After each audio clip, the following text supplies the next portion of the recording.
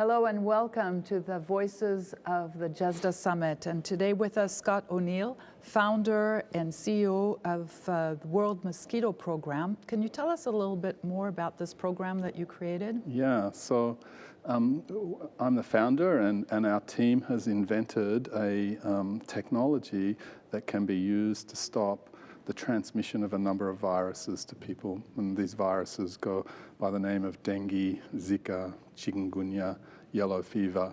So we've found that we can introduce a naturally occurring bacterium into populations of mosquitoes, and it stops their ability to transmit all of these viruses to people. And it does it in a way that is sustainable. So once we introduce the bacteria into the mosquito population, it just stays there for year after year after year, and the mosquitoes stop transmitting all of these disease agents to people. So, but they still bite? They still bite, yes. Okay, but they won't do you too much harm. But they won't make you sick or sick with these diseases. What are the challenges to adopting your technology globally? Because it sounds like it's something that should be used all over the world. Yeah, so it's highly cost effective. It provides a solution to a huge problem where there really isn't a solution at the moment. I've been working on it, and other members of the team working on it for almost 30 years now to get it to this point. We published a paper in the New England Journal of Medicine last year showing incredible efficacy of the approach. But now we're faced with the dilemma of, well, how do we get it out to people? And part of that dilemma is that it doesn't have a precedent. And what we are doing, there's not a regulatory pathway for it, really, in many countries. There's not the capacity to understand the technical nature of what we do and how to implement it. And so we've come up against, issues relating to scaling that need to be solved, and they need to be solved with governments, because ultimately governments have the responsibility for the control of these diseases.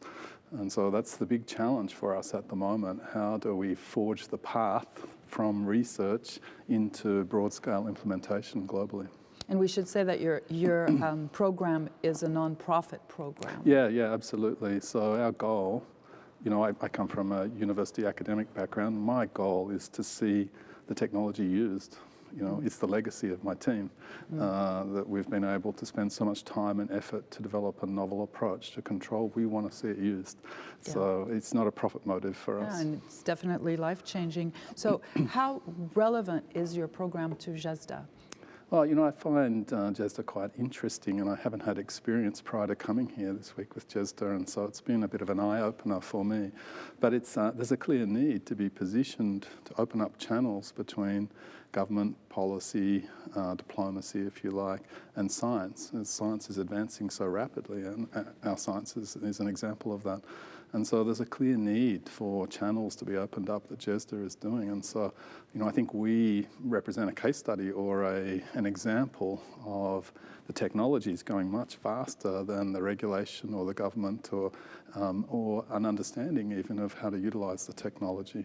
And so I think that's of great interest to GESDA and their agenda, and hopefully for us to be able to learn, open doors, and to be able to move more quickly to a world that has children in school more than hospital, and is improving health for people in the poorest parts of the world. So it's a win-win situation. Hopefully, yes. Thank you very much, Scott O'Neill, for talking to us today. Thank you.